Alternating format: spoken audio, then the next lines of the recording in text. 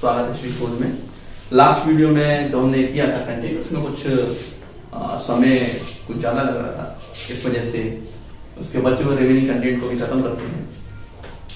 तो हमने बुद्ध संगति पढ़ ली थी, चौथी बुद्ध संगति पे आ गए थे। चौथी बुद्ध संगति में कॉन्सेप्ट निकल के आया था कि बुद्ध धर्म का दूसरा विभाजन, वो कौन था? हीनयान और महायान। तो ये है क्या? हीनयान और महायान। बुद्धिज्म जो है, जब बुद्ध में शामिल होना होता था उनके संघ में, तो काफी कठिन नियम है। अब नियम कठिन है कैसा? ब्रह्मचर्य को फॉलो करना, ग्रस्त जीवन को त्यागना पड़ेगा, ब्रह्मचर्य को फॉलो करना है। भिक्षा के साथ जीवन व्यतीत करना, कि भिक्षा मांगनी पड़ेगी, क्योंकि भिक्षा मांगने से क्या होता है ना, आपके अंदर का सारा ईगो, सुपर ईगो सब खत्म हो जाता है। आपके अंदर ईगो, सुपर ईगो नहीं रहता है, भिक्षा सब कुछ खत्म कर देती है। जब तुम दूसरे से मांगोगे ना, जब 10 घर मांगोगे 4 से मिलेगा और 5 से गालियां मिलेगी। बताओ, इतना बड़ा जवान हो रखा है, पट्टा हो रखा है, यहां पे मांगने आ गया है, कमा के खाओ। तो ये एक प्रोसेस था जिससे आदमी के अंदर का वो ईगो ही, सुपर ईगो खत्म हो जाए। तो हीनयान उसको बोला गया जो कहते थे कि भाई हम जो है वो परंपरा पे चलेंगे, और महायान था ये नया विकास की बात करता है। देखो, यान है, यान का मतलब बताएंगे भी आपको कि हीनयान वाले विश्वास करते हैं कि व्यक्तिवाद पर, व्यक्तिवाद और ये समूह।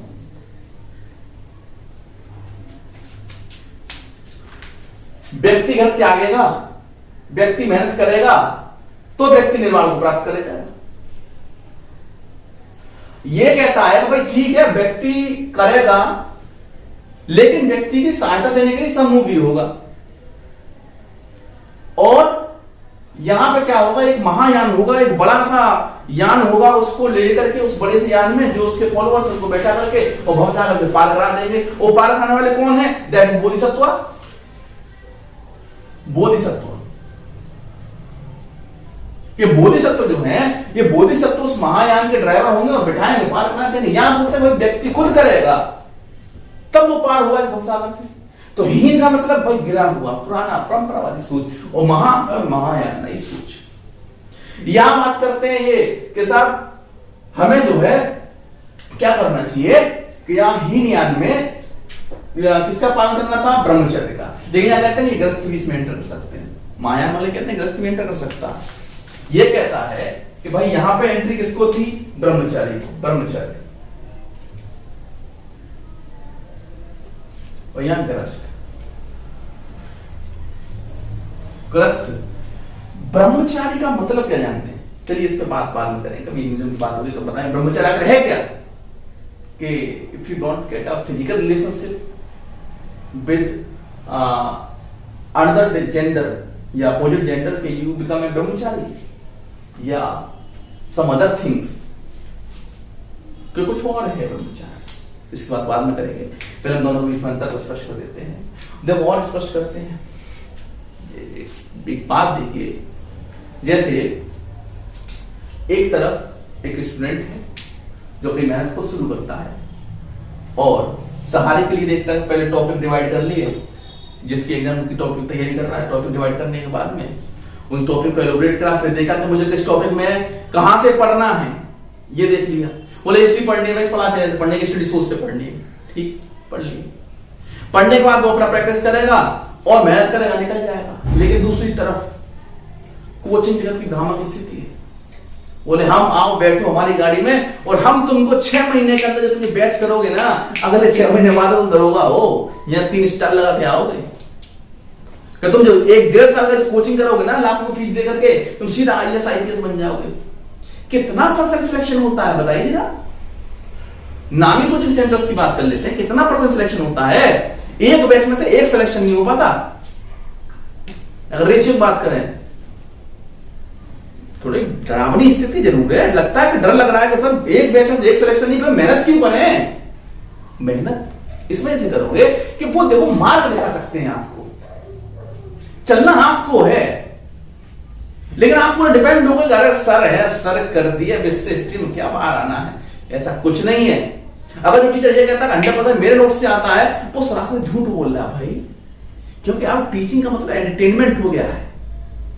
टीचिंग वास्तव में सीरियस प्रोफेशन है। हाँ, उसमें कुछ मस्ती होनी चाहिए ताकि कॉन्सेप्ट समझ में आ जाए, कुछ एग्जांपल होनी चाहिए, लेकिन अब तो केवल एंटरटेनमेंट का वक्त आ गया, या केवल मस्ती हो रहा है। सर ने क्या पढ़ाया, गर्दा उड़ा दिया, और सर के पढ़ाए हुए तो कितना फंसा ये बता दीजिए जरा। हाँ, एक तरफ सीरियस टीचर, थोड़ा सीरियस इस तरह का नहीं, मैं किसी का नाम नहीं ले रहा, किसी क्रिटिसाइज नहीं करूंगा, लेकिन बहुत सारे टॉपेस्ट टीचर्स का मैं स्टूडेंट रहा दुनिया में, और बहुत सारे विद्यार्थियों को मैंने पढ़ाया अपने करियर में, कोचिंग करियर में, ठीक। लेकिन समस्या ये रहा कि जो अच्छी लेवल के टीचर्स हैं, अगर वो उसी हिसाब से आपको पढ़ाएंगे तो आप उसको समझ नहीं पाओगे, क्योंकि आपकी बुद्धिमत्ता थोड़ी छोटी है।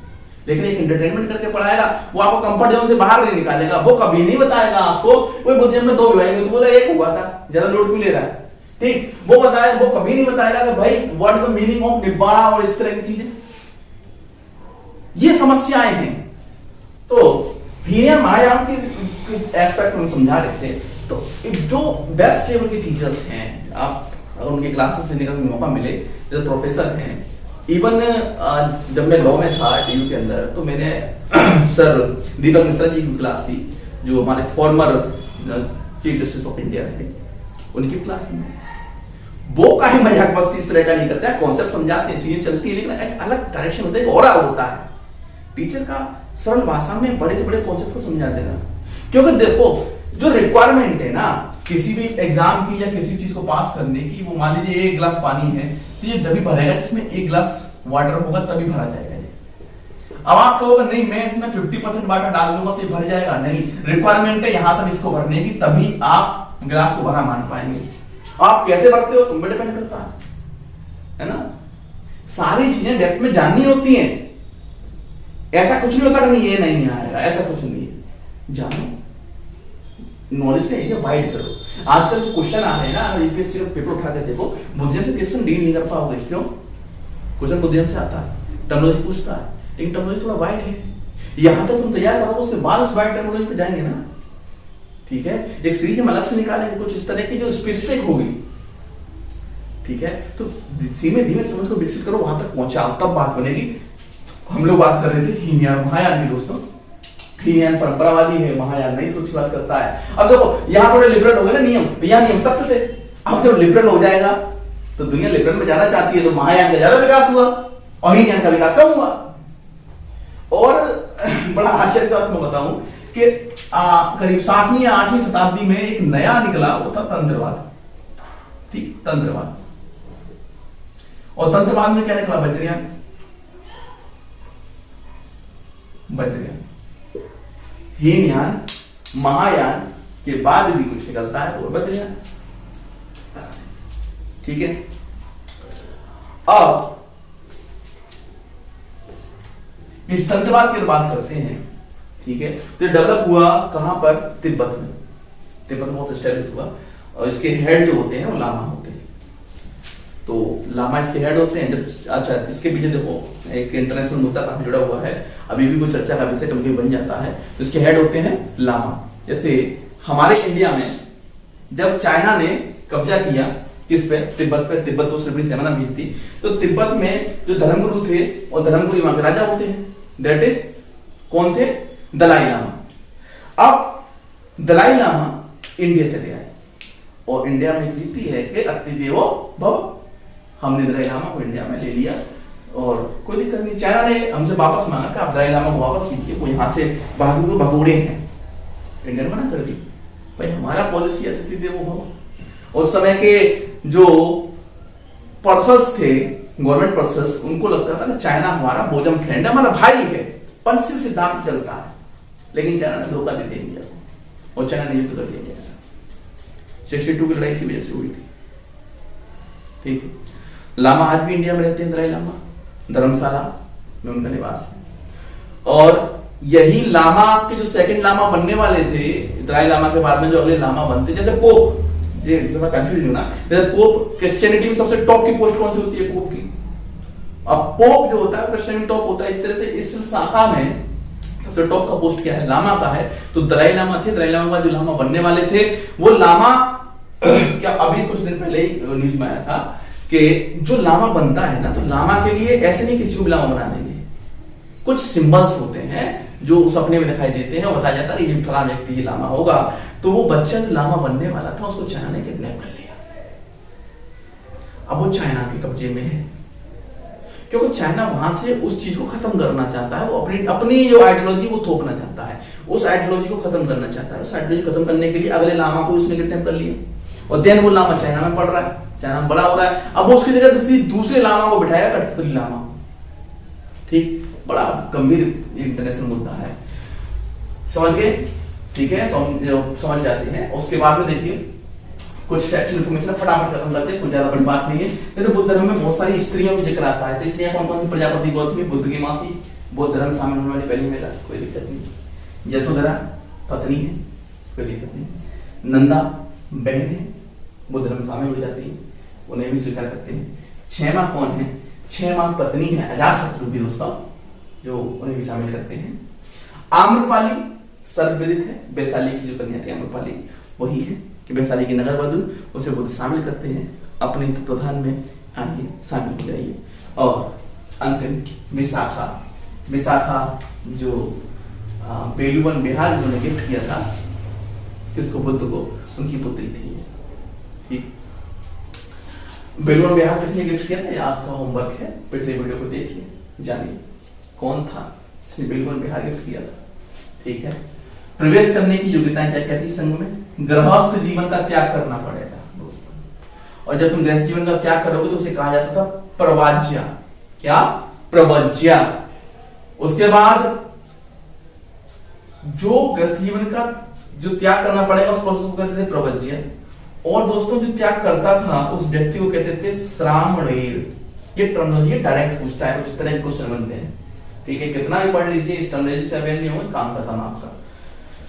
जो व्यक्ति गृह त्याग कर रहा है, प्रवज्या कर रहा है, उसे कहा जाता है श्रामणेर।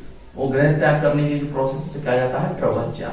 संघ में शामिल होना उपसंपदा कहलाता है। क्या आपने उपसंपदा कर लिया, संघ में शामिल हो गए।